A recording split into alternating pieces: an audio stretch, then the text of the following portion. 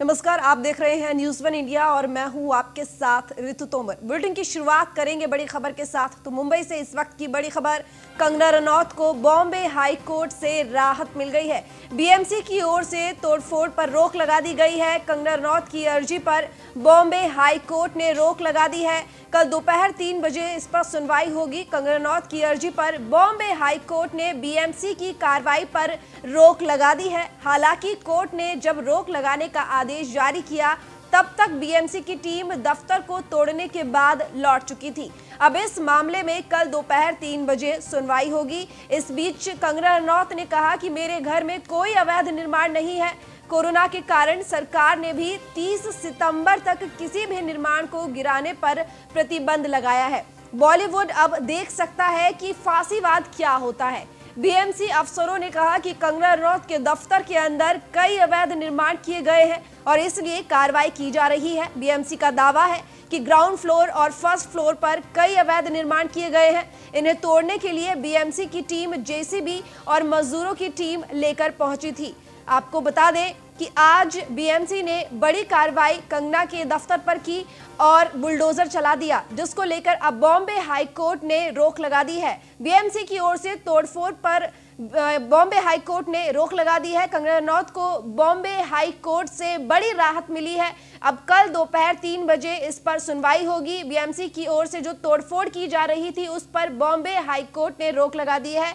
कंगना रनौत की अर्जी पर बॉम्बे हाई कोर्ट ने राहत दे दी है कंगना रनौत को। आपको बता दें कि मुंबई में जो ऑफिस है कंगना रनौत का, जिसमें तोड़फोड़ बीएमसी ने आज की, हालांकि जब यहां पर रोक लगाई गई, जब बॉम्बे हाई कोर्ट ने कहा कि ये तोड़फोड़ नहीं होगी, उससे पहले बीएमसी की टीम तोड़फोड़ करके लौट चुकी थी वापस। उसके बाद ये फैसला आया और अब इस मामले में कल सुनवाई होगी दोपहर 3 बजे। तो बड़ी खबर आपको बता दें, बॉम्बे हाई कोर्ट ने बीएमसी की कार्रवाई पर रोक लगा दी है। और आपको बता दें कि बीएमसी ने 2-3 दिन पहले नोटिस जारी किया था, जिसमें ये बात कही गई थी कि जो मुंबई में कंगना का ऑफिस है उसमें अवैध निर्माण किया गया है और इसी वजह से उसे गिराने की आवश्यकता है। साथ ही यहां पर यह भी कहा गया कि नोटिस जब उन्होंने कंगना रनौत को दिया था तो उस पर कंगना रनौत की तरफ से कोई भी जवाब नहीं आया, जिसके बाद आज मुंबई में स्थित जो ऑफिस है कंगना रनौत का, उस पर कार्रवाई की गई और उसको ध्वस्त किया गया। आपको बता दें कि बॉम्बे हाई कोर्ट में अर्जी दी थी कंगना रनौत ने, जिस पर फैसला आया है और ये जो तोड़फोड़ की जा रही थी उस पर रोक लगा दी गई है। इस कार्रवाई पर बॉम्बे हाई कोर्ट की तरफ से रोक लगा दी गई है।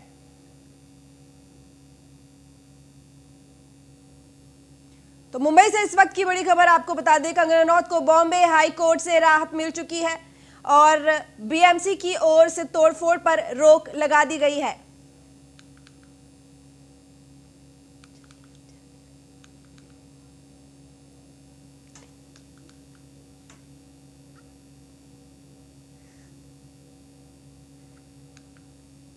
वहीं इस मामले में यूपी के अल्पसंख्यक कल्याण मंत्री मोहसिन रजा ने कहा कि कंगना रनौत से डर चुकी अंडरवर्ल्ड को महामंडित करने वाली महाराष्ट्र सरकार किस मुंह से अपने आप को छत्रपति शाहू जी की महाराज का वंशज बताती है।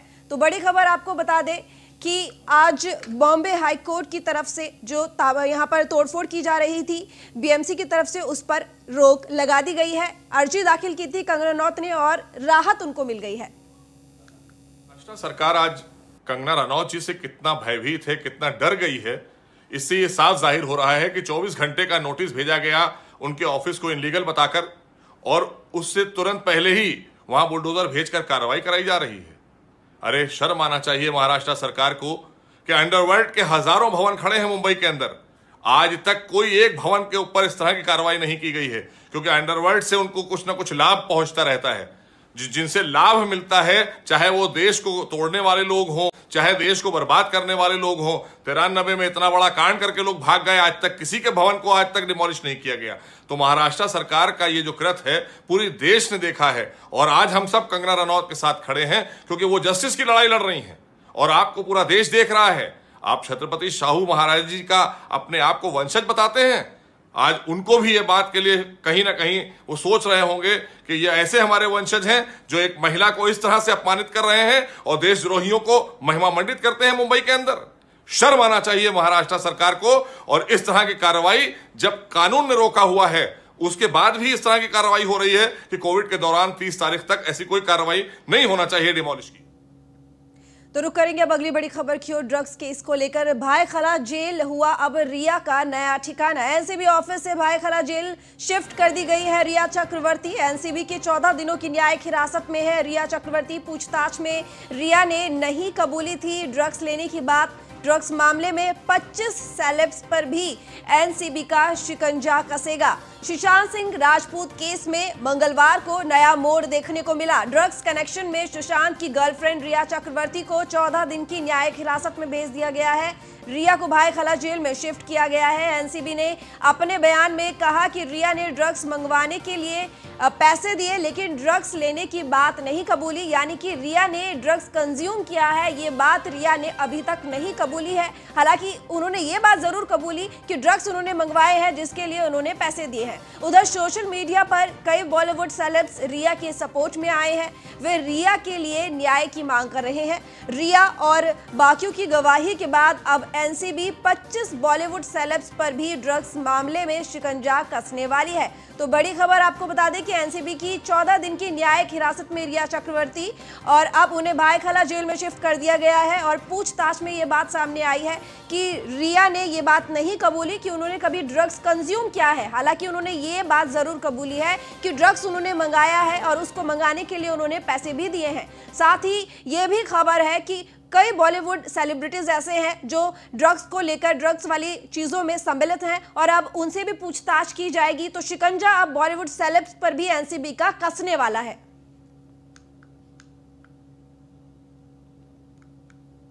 रुक करेंगे अगली बड़ी खबर की। कोरोना संक्रमण के बचाव के तमाम एहतियात के साथ नोएडा और दिल्ली को जोड़ने वाली ब्लू लाइन मेट्रो भी आज से शुरू कर दी गई है। सुबह 7 बजे से ब्लू लाइन मेट्रो का संचालन किया गया।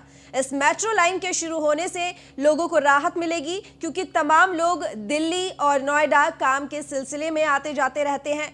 और मेट्रो स्टेशन के अंदर प्रवेश करने से पहले आपको अपने मोबाइल में आरोग्य सेतु ऐप दिखाना पड़ेगा और साथ ही थर्मल स्क्रीनिंग और सैनिटाइजेशन के बाद ही आपको अंदर एंट्री मिलेगी। फिलहाल मेट्रो 2 अलग अलग शिफ्ट में सुबह और शाम के लिए चल रही है। अभी तो जो प्रोसेस दिखने में आ रहा है मेट्रो की तरफ से वो एकदम प्रॉपरली हम लोगों के लिए सही है। वहाँ पे अभी इतना वो दिक्कत नहीं हो रहा है क्योंकि वहाँ हर सीट के हिसाब से उन लोगों ने गैप दे रखा है एक सीट के बीच में उन्होंने। और अंदर एंट्री होने पर तुरंत सैनिटाइजिंग व्यवस्था वगैरह, मशीन सिस्टम प्रॉपरली वहाँ का सही है, सिक्योरिटी सिस्टम भी सही है। हमें तो अभी थोड़ा देखने में जैसे उनकी प्रोसेस चल रही है तो हमें तो अभी पहली मेट्रो में अभी सर्विस की है तो हमें अच्छा लग रहा है अभी उनकी थोड़ा सूझबूझ देख के। रुक करेंगे अगली बड़ी खबर की ओर। गाजियाबाद में करीब 171 दिन बाद लोगों का इंतजार खत्म हो गया है। वैशाली से द्वारका रूट पर आज से मेट्रो का इस्तेमाल कर पा रहे हैं लोग। आज से लोग सुबह 7 बजे से 11 बजे तक और दोपहर 4 बजे से शाम 8 बजे तक मेट्रो का इस्तेमाल कर पाएंगे। अब कई नियमों और शर्तों का पालन मेट्रो सेवाओं के इस्तेमाल के लिए लोगों को करना होगा। सोशल डिस्टेंस और मास्क का इस्तेमाल यात्रा करने वाले यात्रियों को करना होगा। वहीं स्मार्ट कार्ड के इस्तेमाल से लोग यात्रा कर पाएंगे। सर क्या नाम है आपका? अनुज अग्रवाल। सर कहाँ जा रहे हैं आप? आज से 171 दिन बाद मेट्रो शुरू हुई है। I am going towards Gurgaon. कैसा लग रहा था आज? जनरल नॉर्मल जिंदगी लौट गई है वापस। हाँ ये तो है, ये बहुत टाइम हो गया था मेट्रो का, क्योंकि जो डेली बेसिस पे मेट्रो जाता है उसको लगता है कि विदाउट मेट्रो भी कुछ नहीं है, क्योंकि मेन जो ट्रैवल है दिल्ली एनसीआर में वो मेट्रो ही है। क्या नाम है आपका भैया? मेरा नाम नवाजिश है भाई, मेरठ से हूँ। आज मेट्रो शुरू हुई है, कैसा लग रहा है? भाई बहुत अच्छा लग रहा है क्योंकि इधर बहुत ज़्यादा ट्रैफिक की प्रॉब्लम है। पहले दिक्कतें हो रही थी? बहुत ज़्यादा दिक्कत हो रही थी भाई। अब कम से कम आधे घंटे में अब वहाँ पहुँच जाएंगे जहाँ हमको जाना है, न्यू दिल्ली। क्या नाम है आपका? सौरभ। कहाँ जा रहे हैं? मैं दिल्ली।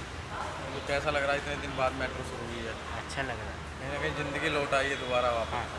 शुरू करेगा अगली बड़ी खबर की ओर जो कि दिल्ली से है, जहां 9 अक्टूबर से शुरू होगा हुनर हाट। लोकल से ग्लोबल थीम पर होगा हुनर हाट। हुनर हाट में स्वदेशी खिलौनों का जलवा रहेगा। केंद्रीय मंत्री मुख्तार अब्बास नकवी ने कहा कि 30% से ज्यादा स्टॉल स्वदेशी खिलौनों के होंगे इस बार। प्रयागराज में 9 से 18 अक्टूबर के बीच होगा आयोजन। मुख्तार अब्बास नकवी ने ये बातें कही हैं। तो 30% से ज्यादा स्टॉल स्वदेशी खिलौनों के होंगे और दिल्ली में 9 अक्टूबर से शुरू होने वाला है हुनर हाट, जिसमें लोकल से ग्लोबल थीम पर हुनर हाट लगाया जाएगा और साथ ही 30% से ज्यादा स्टॉल स्वदेशी खिलौनों के होंगे। केंद्रीय मंत्री मुख्तार अब्बास नकवी ने ये बातें कही हैं और प्रयागराज में 9 से 18 अक्टूबर के बीच होगा आयोजन। तो बड़ी खबर आपको बता दें कि इस बार अक्टूबर में 9 अक्टूबर को शुरू होगा हुनर हाट, जिसमें लोकल से ग्लोबल थीम पर आयोजित किया जाएगा हुनर हाट और साथ ही हुनर हाट में स्वदेशी खिलौनों का जलवा रहेगा और उन्हीं को ही यहाँ पर जोर दिया जाएगा। केंद्रीय मंत्री मुख्तार अब्बास नकवी ने ये बातें कही हैं। इस बार के हुनर हाट में देसी खिलौने, स्वदेशी खिलौने का जलवा होगा। प्रधानमंत्री नरेंद्र मोदी जी ने जो लोकल के प्रति वोकल का एक आह्वान किया, जो खिलौनों, जो हमारे देसी खिलौने हैं, जो हमारे हस्तनिर्मित स्वदेशी खिलौने हैं, उनके प्रति उनको प्रोत्साहित करने का जो अभियान चलाया, उसको हम मजबूती देने के लिए हुनर हाट में इन देसी खिलौनों के जलवे को बिखेरेंगे।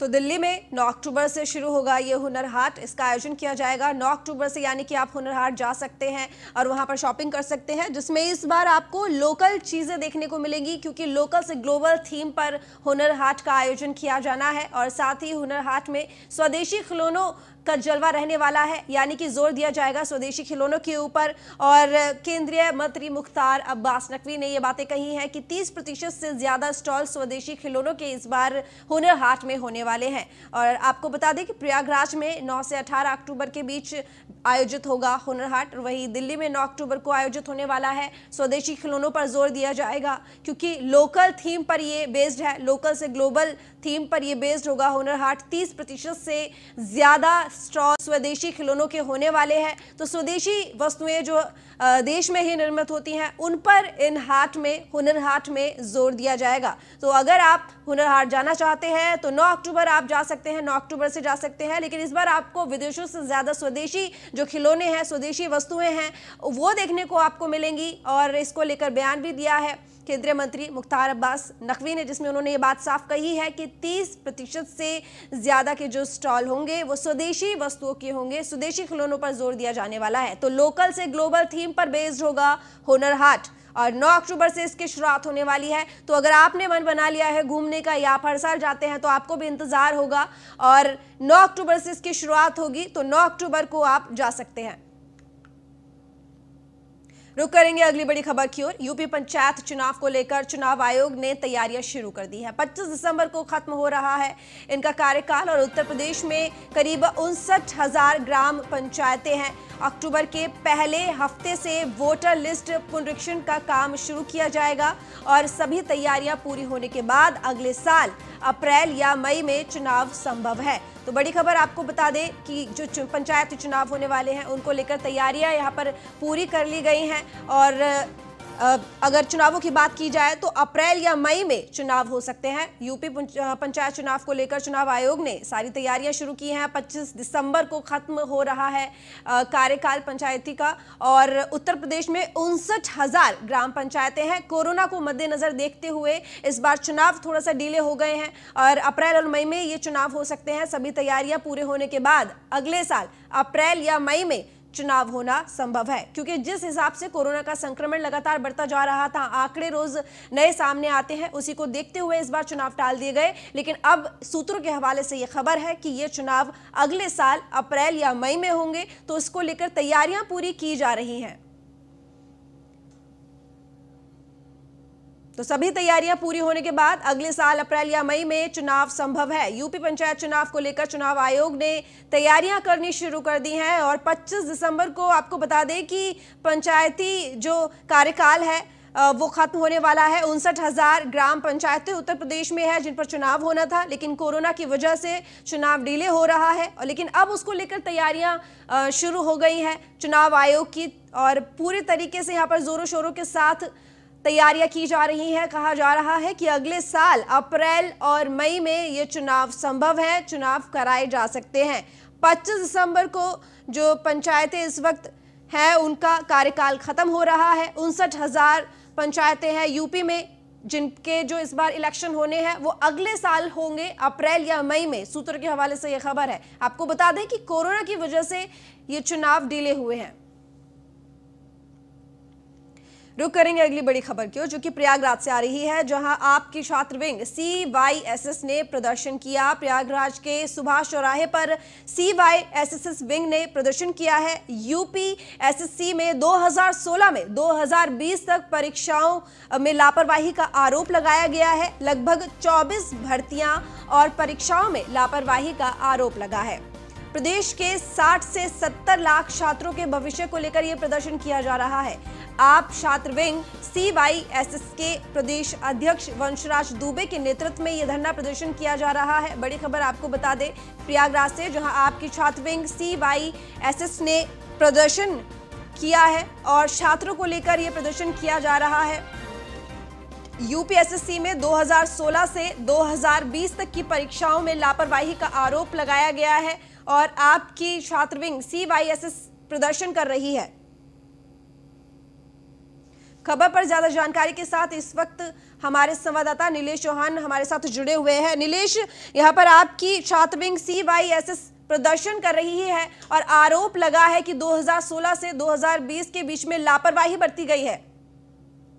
देखिए, बिल्कुल आपको बता दो कि 2016 से अभी तक की अगर हम बात करें तो 16 में उत्तर प्रदेश में समाजवादी पार्टी की सरकार थी। उस समय UPSSC में 24 भर्तियां निकाली गई थी और 17 में जब सरकार बनने चुनाव का समय आया उससे पहले ही परीक्षाएं कराकर उनका रिजल्ट घोषित किया गया था और इंटरव्यू भी छात्रों के हुए थे। उसके बावजूद जब 17 में चुनाव हुए तो चुनाव होने के बाद जो उत्तर प्रदेश में भारतीय जनता पार्टी की सरकार बनी तो जो रिजल्ट घोषित किया गया था तो उस पर जांच कराने की बात कही गई थी। उसके बाद छात्रों को नौकरी देने की बात कही गई थी।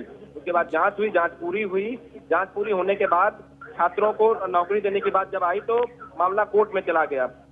पिछले 4 साल से लगातार हजारों की संख्या में UPSSC के छात्र लखनऊ में और प्रदेश के तमाम जनपदों में प्रदर्शन करते आए हैं।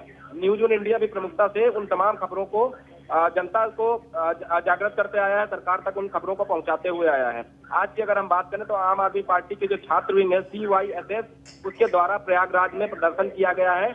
आम आदमी पार्टी के उत्तर प्रदेश के प्रेसिडेंट वंशराज दुबे के नेतृत्व में ये प्रदर्शन किया गया है। सैकड़ों की संख्या में आम आदमी पार्टी के जो कार्यकर्ता थे, पदाधिकारी थे, वो वहां पर मौजूद थे। उनका साफ तौर पर कहना है कि उत्तर प्रदेश सरकार पिछले 4 सालों से जो लंबित भर्तियां हैं उनको पूरा करे। उसके अलावा जो 60 से 70 लाख युवा है उत्तर प्रदेश के अंदर उनको रोजगार का अवसर प्रदान करें। अगर ऐसा नहीं होता है तो आम आदमी पार्टी की जो छात्र विंग है वो लगातार चौराहों पर उतरकर प्रदेश के अलग अलग जनपदों में प्रदर्शन करेगी। इससे पहले लखनऊ में भी छात्रों की समस्या को लेकर प्रदर्शन किया गया है। आज ये प्रदर्शन प्रयागराज जिले में सुभाष चौराहे पर किया गया है। नीलेश, एक सवाल यहाँ पर ये कि जब रिजल्ट निकला, परिणाम घोषित हुए तो क्या वजह रही जो भर्तियां नहीं की गई? ये मामला कोर्ट में क्यों गया? क्या कमी आई थी उसमें? देखिए, बिल्कुल आपको बता दूं कि 2016 में जब ये भर्तियां निकाली गई उस दौरान परीक्षा हुई। परीक्षा के बाद रिजल्ट घोषित हुए। रिजल्ट घोषित होने के बाद छात्रों के साक्षात्कार कराए गए। 2017 में जब उत्तर प्रदेश में चुनाव हुए, चुनाव होने के बाद सत्ता परिवर्तन हुआ तो सरकार ने पिछले सरकार में जो भर्तियां हुई हैं या भर्तियां जिनको छात्रों को अपॉइंटमेंट देना था उनकी जांच कराने की बात कही गई, उनके डॉक्यूमेंट की जांच कराने की बात कही गई। वो जांच भी पूरी हुई। जांच रिपोर्ट सरकार को सौंपी गई, विभाग को सौंपी गई। उसके बाद छात्रों के दोबारा से साक्षात्कार हुए। साक्षात्कार होने के बाद लगातार छात्र UPSSC ऑफिस के चक्कर मारते रहे, मंत्री सुरेश खन्ना के दफ्तर के चक्कर मारते रहे। सैकड़ों बार SSC ऑफिस के बाहर उसने प्रदर्शन किया, लाठीचार्ज हुआ, लेकिन भर्ती प्रक्रिया अभी तक पूरी नहीं हुई। हर बार विभाग की तरफ से यही हवाला दिया जाता है कि जांच रिपोर्ट भेजी गई है। जिन पदों पर ये भर्तियां निकाली गई थी उन पर जो पहले से लोग थे उनका प्रमोशन करके उनको वहां पर बैठा दिया गया है। ऐसे में भर्ती प्रक्रिया पूरी हो चुकी है, लेकिन छात्रों का कहना है कि वो पिछले 3-4 साल से लगातार विभाग के चक्कर मार रहे हैं। अगर उनको भर्ती ऐसे ही पूरी करनी थी तो भर्ती निकाली क्यों गई? 2-2 बार साक्षात्कार क्यों कराए गए? छात्रों को पूरे प्रदेश के अलग अलग जनपदों में छात्रों के सेंटर बनाए गए थे जहां पर उन्होंने जाके तो गोलमोल बातें कुल प्रशासन की तरफ से। और अब आप पार्टी की CYSS छात्र विंग प्रदर्शन कर रही है क्योंकि UPSC की जो परीक्षाएं हुई थी 2016 से 2020 के बीच में उनको लेकर लापरवाही का आरोप लगाया जा रहा है, जिसको लेकर छात्र विंग CYSS चौराहे पर प्रदर्शन कर रही है। रुक करेंगे अगली बड़ी खबर की ओर, जो कि मेरठ से है, जहां मृत बच्चे को गोद में लेकर इंसाफ मांगा गया। चौराहे पर मृत बच्चे को गोद में लेकर इंसाफ मांग रही है बच्चे की नानी। एक प्राइवेट अस्पताल पर इलाज में लापरवाही का आरोप लगाया जा रहा है। अभी भी अस्पताल में भर्ती है मृत बच्चे की मां। परिजनों का आरोप है कि मोटी रकम मांग रहा है अस्पताल। और मेरठ जिले के जवाहर हॉस्पिटल का ये पूरा मामला है, जहां पर मृत बच्चे की नानी बच्चे को गोद में लेकर चौराहे पर इंसाफ की मांग कर रही है। मेरठ जिले के जवाहर हॉस्पिटल का ये पूरा मामला है, जहां पर लापरवाही का आरोप लगा है अस्पताल के ऊपर। हम घूम नहीं रहे, मतलब जब हम तो बच्चे आए हैं यहाँ, हमारे बच्चे को तकलीफ हो रही है उसे। हम बच्चा हुआ है यहाँ, लड़की है मेरी लड़की है। वो एक डॉक्टर ने लेकर आ गई, वैसे ही गाँव में जो फिर रहेंगी नौसाद के यहाँ, नौसाद के यहाँ आ गई वो। अब उन्होंने जो अफसाना जो है वो डॉक्टर ने तो है ना भैया, जना कौन है पता ना, स्टाफ कौन है, उसने डिलीवरी करी है मेरी लड़की की। और ये बच्चे ने मार मूर के भैया मुझे दे दिया, उनको ले जाए से कहीं भी ले जाओ। यहाँ पे कोई नहीं है डॉक्टर। इसकी माँ वही है जौहर में, जौहर हॉस्पिटल में। माँ को देने के लिए 20,000 रुपये ले लिए, 20,000 और मांग रहे।